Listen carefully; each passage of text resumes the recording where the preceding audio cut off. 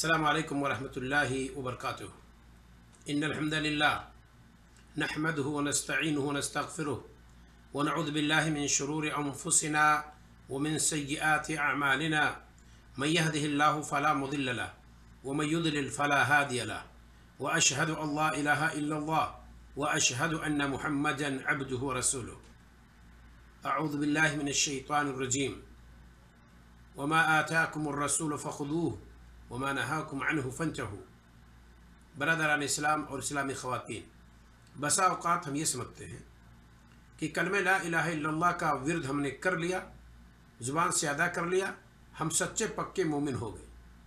نہیں، ایمان کی تعریف کے 3 ارکان ہیں: اقرار باللسان، تصدیق بالجنان، عمل بالارکان۔ یعنی زبان سے لا الہ الا اللہ کا اقرار کرنا ہے اور دل سے اس کی تصدیق کرنی ہے، اور اعضاء و جوارح کے ذریعے سے حتی المقدور عمل بھی کرنا ہے۔ ان تینوں چیزوں میں سے اگر ایک بھی مفقود ہو جائے تو ہم مومن نہیں رہیں گے۔ یعنی کوئی شخص اقرار ہی نہ کرے،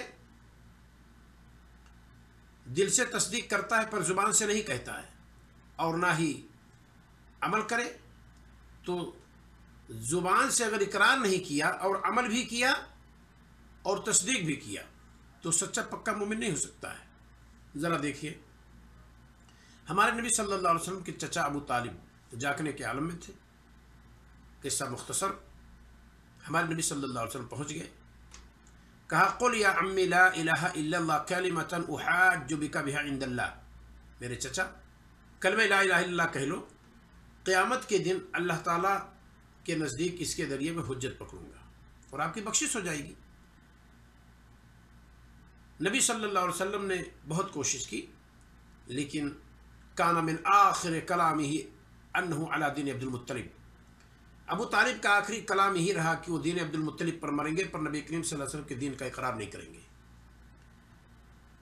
وعلمت ان دین محمد من خیر الادیان ادیان البریۃ دینا۔ میں جانتا ہوں کہ محمد کا لایا ہوا دین تمام مخلوقات کے دین میں سب سے بہتر دین ہے، لیکن انہوں نے اس کا اقرار نہیں کیا۔ جانتے تھے دل سے، اور اس وقت جو نبی کریم صلی اللہ علیہ وسلم کے ساتھ رہ کر کے تکالیف کو برداشت کرنا تھا، اسے بھی ابو طالب نے بہت جھیلا تھا۔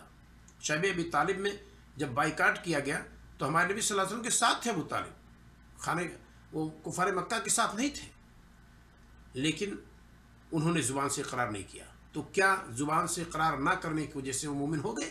گرچہ اس وقت جو نبی کریم صلی اللہ علیہ وسلم کے ساتھ رہ کر کے عمل کرنا تھا وہ بھی کر رہے تھے، اور نبی کریم صلی اللہ علیہ وسلم کے سچے پکے مومن ہونے، سچے پکے رسول ہونے کا وہ کی تصدیق بھی کرتے تھے، پر زبان سے اقرار انہوں نے نہیں کیا۔ کیا مومن گردانے گئے؟ نہیں، جہنم کے باہر ہوں گے، آگ کی 2 جوتیاں پہنائی جائیں گی، یغلی بھی دماغ ہو جس سے ان کا دماغ پک رہا ہوگا۔ ابو طالب کو نجات نہیں ملی۔ کس سے نجات نہیں ملی؟ جہنم سے۔ کیوں؟ وہ دل سے نہیں مانتے تھے، نبی صلی اللہ علیہ وسلم کو مانتے تھے۔ کس وجہ سے نہیں نجات ملی؟ کیونکہ زبان سے اقرار انہوں نے نہیں کیا۔ تو زبان سے اقرار بھی ضروری ہے۔ اسی طریقے سے اگر زبان سے اقرار ہو اور عمل بھی ہو، دل سے تصدیق نہ ہو، تو بھی آپ مومن نہیں ہوں گے۔ قرآن میں اللہ رب العالمین نے منافقوں کے تعلق سے فرمایا ہے اذا جاءک المنافقون قالوا نشهد انک لرسول اللہ۔ اے نبی، جب آپ کے پاس منافقین آتے ہیں تو کہتے ہیں کہ البتہ آپ ضرور اللہ کے رسول ہیں۔ اقرار ہے زبان سے، لیکن کیا منافقین کو مومن گردانا گیا؟ نہیں۔ اللہ تعالیٰ نے کیا فرمایا؟ ان المنافقین فی الدرک الاسفل من النار۔ منافقین جہنم کے سب سے نیچا طبقہ میں ہوں گے۔ کیوں؟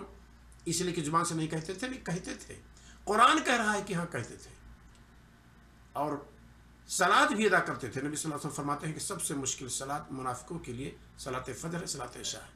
حاضر ہوتے تھے عشاء میں اور فجر میں، لیکن کیا اس عمل کی وجہ سے اور زبان سے اقرار کی وجہ سے مومن ہوئے؟ نہیں، کیونکہ دل میں تصدیق ان کے ہاں نہیں تھی۔ تو تصدیق کے بغیر بھی کوئی مومن نہیں ہوتا ہے۔ زبان سے کہنا، دل سے تصدیق کرنا، اور اعضاء و جوارح کے ذریعے عمل کرنا۔ ابلیس جانتا تھا کہ کوئی رب ہے، اور دعا کیا تو رب ہی سے کیا، رب انظرنی الی یوم یبعثون، اے ہمارے پروردگار مجھے مہلت دے دے، اور دعا عبادت ہے۔ لیکن کیا ابلیس کو مومن گردانا گیا؟ نہیں، کیونکہ وہ آدم علیہ السلام کی رسالت کو نہیں مانا، اللہ تعالیٰ کا سجدہ نہیں کیا، اس وجہ سے وہ مومن نہیں گردانا گیا۔